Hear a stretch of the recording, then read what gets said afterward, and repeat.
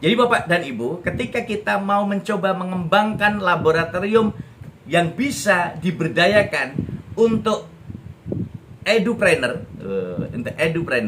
artinya lab-lab yang Bapak Ibu miliki jangan sekedar hanya lab, tetapi buatlah pengembangan yang tadi saya katakan dengan konsep formula 4C untuk kreativitas. Misalnya nih, ruang praktek atau lab siaran seperti ini bisa kita buat untuk podcast.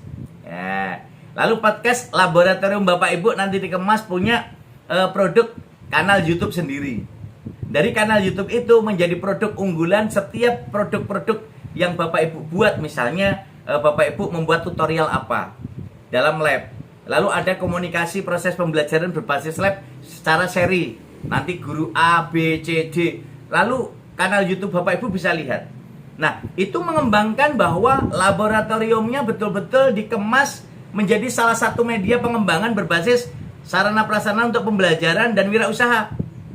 Nanti Bapak Ibu lihat misalnya kanal YouTube Pak Rohmadi, M. Rohmadi Ratulisa. Ini banyak hal yang Pak Rohmadi titipkan di sana untuk materi-materi pembelajaran bagi mahasiswa Pak Rohmadi.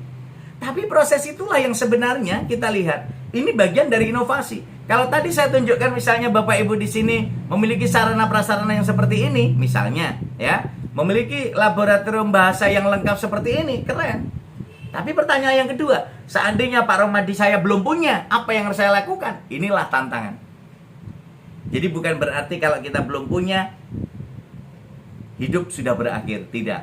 Masih ada matahari, bintang, bulan, dan matahari yang selalu menyinari bumi, baik tampak maupun tidak tampak oleh manusia. Ini semangat.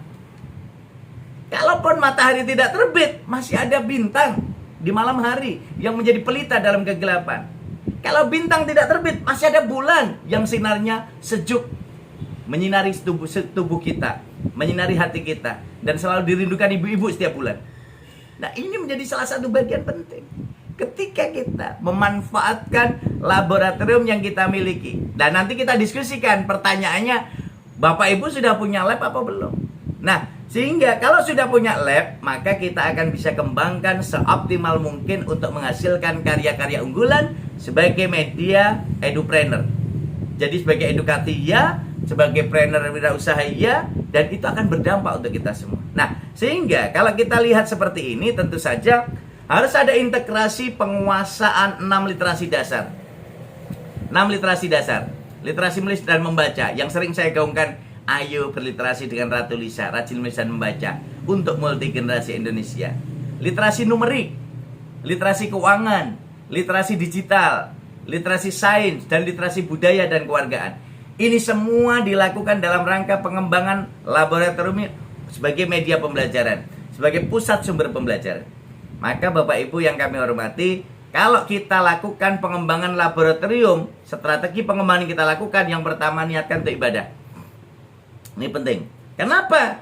Bapak dan Ibu melakukan proses apapun kalau diniatkan untuk ibadah, maka outputnya akan untuk kemaslahatan. Outputnya untuk kebaikan. Bapak Ibu agamanya apapun tidak masalah. Karena semua memiliki transendental, memiliki visioner bahwa religiusitas kita akan sampai. Nah, disinilah yang kita kuatkan. Lalu kita tentukan objek yang akan dikelola. Sudah ada atau akan dibuat. Jadi kalau Bapak Ibu yang sudah punya lab berarti sudah punya, yang belum berarti sedang merencanakan dibuat. Lalu kita kumpulkan semua bahan pendukung untuk memperkaya sarana dan prasarana laboratorium sekolah atau madrasah. Sehingga ini semua akan menjadi kekuatan kita. Bagaimana kita mulai mengidentifikasi keunggulan dan kekurangan laboratorium yang kita miliki, sehingga tidak perlu berpikir baik dan buruknya, tetapi yakinlah untuk mengubahnya menjadi yang lebih baik nih, untuk mengubahnya yang lebih baik. Seperti Bapak Ibu, ini Ibu, ada Mbak Ana, ada Mbak Eli, ada Mbak Rita, ada teman-teman yang lain, ya, ada Mbak Roselina, ini yang punya bis Rosalia Indah. Nah, ini Mbak Roselina, ya. Jadi bervariasi. Karena apa? Bapak dan Ibu ketika semua dilakukan sinergisitas seperti itu, Bapak Ibu akan memiliki kekuatan yang maha dahsyat karena Bapak Ibu akan bisa mengubah dari yang baik menjadi lebih baik. Dari yang baik menjadi yang lebih baik. Disitulah kekuatan kita. Dari yang baik menjadi yang lebih baik ini tentu saja akan menjadi salah satu titik temu. Bagaimana titik temu itu Bapak Ibu miliki agar nantinya hasilnya betul-betul berdampak untuk kita semua. Oleh karena itu, jangan pernah merasa rendah diri atau berkeluh kesah, saya tidak bisa mengelola laboratorium. Ini yang sering Bapak Ibu munculkan. Bapak Ibu selalu menjustifikasi, Bapak Ibu selalu menghakimi diri sendiri. Aku ora iso. Nek ndak gitu, ya Mbak Endang itu kadang selalu membanding-bandingkan. Wong kang ngene kok dibanding-bandingke, saing-saing ge ya mesti kalah. Ku harap kau mengerti, di hati ini hanya ada kepala laboratorium. Karena apa? Posisi ini Bapak Ibu kadangkala belum melakukan tapi sudah melihat yang besar-besar. Cobalah mulai dari yang paling kecil, yang paling sederhana, yang Bapak Ibu bisa. Jadi gak usah melihat misalnya Mbak Endang melihat punya Mbak Daru. Lah, labnya Mbak Daru itu ya Allah, itu punya 7 ruang, semua lengkap sudah ada isinya. Mbak Daru tinggal masuk melihat-lihat saja. Sedangkan Mbak Endang menyiapkan laboratoriumnya, tempatnya saja nggak ada, barang-barangnya aja nggak ada, fasilitasnya nggak ada. Saya harus lakukan apa? Itu menjadi PR bersama. Nah, artinya apa Bapak dan Ibu? Kuncinya wujudkan laboratorium, kemudian baru dievaluasi secara berkelanjutan. Kalau betul-betul tidak punya, Pak Romadi, saya betul-betul nggak punya laboratorium nih, saya nggak ada ruangan untuk laboratorium nih, ya jadi buatlah laboratorium alam semesta. Ya, jadi buat laboratorium alam semesta. Jadi alam semesta ini yang dijadikan laboratorium. Jadi tempatnya, luasnya seluruh Indonesia, 37 provinsi. Wih, keren. Jadi kalau mau praktek untuk laboratorium IPA ke tempat Mbak Daru, itu karena laboratorium kami semesta. Jadi seluruh semesta di Indonesia adalah laboratorium kami, ya gitu. Itu konsepnya yang kita gunakan, berarti kemitraan. Saya menggunakan laboratorium di kebun karet, nah kita ke kebun karet. Kita mau menggunakan laboratorium di sungai, kita ke sungai. Inilah sinergisitas yang kita bangun ya. Sehingga posisi ini Bapak Ibu dengan 8D, saya ingin Bapak Ibu 8D coy untuk mengelola laboratorium. Segala sesuatu yang dilihat, Bapak Ibu kalau melihat mesti kan langsung wow gitu ya. Ya ini dari dilihat itu langsung menunjukkan sebuah ekspresi. Ya, ekspresinya akan nampak. Mbak Melisa Fitri, Mbak Melisa Fitri karena lahirnya di bulan Fitri setelah Ramadan dia lahir. Karena sudah nggak kuat puasa, dia harus keluar gitu. Mekar gitu ya. Nah, maka Mbak Fitri ini ketika melihat segala sesuatu di tempatnya Mbak Widi, Mbak Widi, labmu kok bagus banget ya. Nah, kita lalu Mbak Melisa kan punya ATM nih. Amati, tiru, modifikasi. Mohon izin ya Mbak Widi, aku akan gunakan ATM ku tiru di tempatku. Boleh, enggak apa-apa. Lalu ketika Mas Agus melihat Mbak Fitri main atau studi banding ke tempat Mas Agus, Mas Agus kok punya laboratorium bahasa keren ya. Lalu disampaikan kepada kepala sekolah, dibuat RAB-nya, dibuat perencanaannya. Ini menggunakan ATM.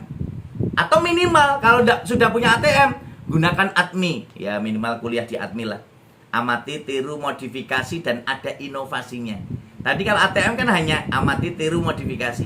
Nah, coba dari amati, tiru, modifikasi tadi ada inovasinya. Lah, inovasi inilah adalah kreativitas, ya. Yang kedua, dialami. Wah, ini.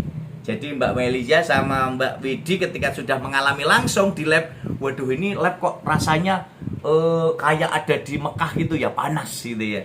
Wah, lalu diusulkan ada AC-nya, ya. Setelah ada AC-nya, lalu ada kok ini kalau pas di lab itu pengen minum tapi nggak ada minum ya. Wah, ini yang dirasakan dan betul-betul dan dialami. Akhirnya dimunculkan dispenser.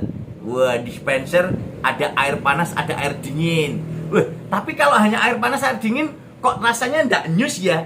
Biasanya kalau ada coffee mix, ada kopi-kopi yang lain itu mantep. Wah, dilengkapi dengan semua perangkat minuman. Dan kecuali minuman keras tidak gitu ya. Karena kalau keras nggak bisa diminum ya, bisa ngeleleki gitu ya. Nah, ini menjadi salah satu bagian penting yang apa dari apa yang Bapak Ibu rasakan. Lalu di yang keempat dikerjakan. Bapak Ibu sudah mengerjakan berbagai proyek ini. Mas Agus mengerjakan proyek untuk perencanaan begini, ternyata kurang begini. Lalu dilakukan perbaikan lagi, studi banding lagi, perbaikan lagi. Jadi sesuatu yang dikerjakan dari best practice kita dan juga ada bad practice kita. Jadi best dan bad ini harus diintegrasikan. Kemudian yang kelima dikomunikasikan. Dikomunikasikan tadi saya matur ke atas, samping, ke bawah.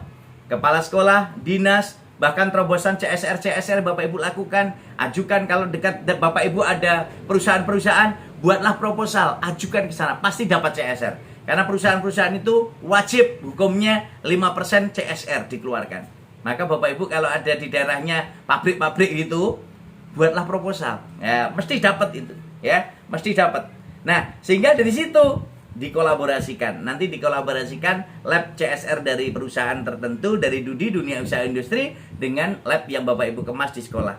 Lalu dikritisi dan dibicarakan. Jadi lab Bapak Ibu kalau misalnya contoh dikritisi, ada kawan guru yang mengatakan, Bu Fitri, labmu kok baunya gimana gitu toh. Lah itu dikritisi. Nah, oh iya itu parfumnya itu parfum langitan, gratisan, jadi baunya agak gimana. Oke, besok saya berikan baunya yang minyak kasturi ya gitu ya. Jadi ini dari dikritisi dan dibicarakan orang, akhirnya kita punya inovasi, kita punya sebuah percepatan untuk melakukan perbaikan ya. Kadangkala orang dikritisi itu kan marah. Jadi Bapak Ibu jangan marah kalau dikritik orang, karena itu menjadi perbaikan untuk kita. Nah, yang terakhir nih, disayangi. Mas Agus itu kalau udah menyayangi, Dek, apapun yang kau berikan pasti tidak akan kuterima, Dek. Tapi yang kuberikan pasti kau terima, Dek. Loh, itu pengorbanan Mas Agus. Tapi dalam proses pengelolaan sebuah laboratorium, kalau Bapak Ibu berlandaskan pada hati, memberikan layanan prima sepenuh hati, lalu membuat dan mengembangkan lab sepenuh hati, maka disitulah kekuatan kita akan menghasilkan banyak hal yang tentu saja bisa dilakukan. Maka disinilah kekuatan kita Bapak Ibu. Kalau itu kita lakukan secara sinergis, maka memberikan kontribusi dengan 8D. Dilihat, dialami, dirasakan, dikerjakan, dikomunikasikan, dikolaborasikan, dikritisi dan dibicarakan, dan disayangi. Maka disitulah kita akan mampu mengelola laboratorium dengan baik, dan insya Allah hasilnya juga luar biasa. Dan di sini kekuatan kita bahwa laboratorium kita akan bisa menjadi pusat sumber belajar yang hebat dan luar biasa. Ini komitmen kita ketika kita bersinergi.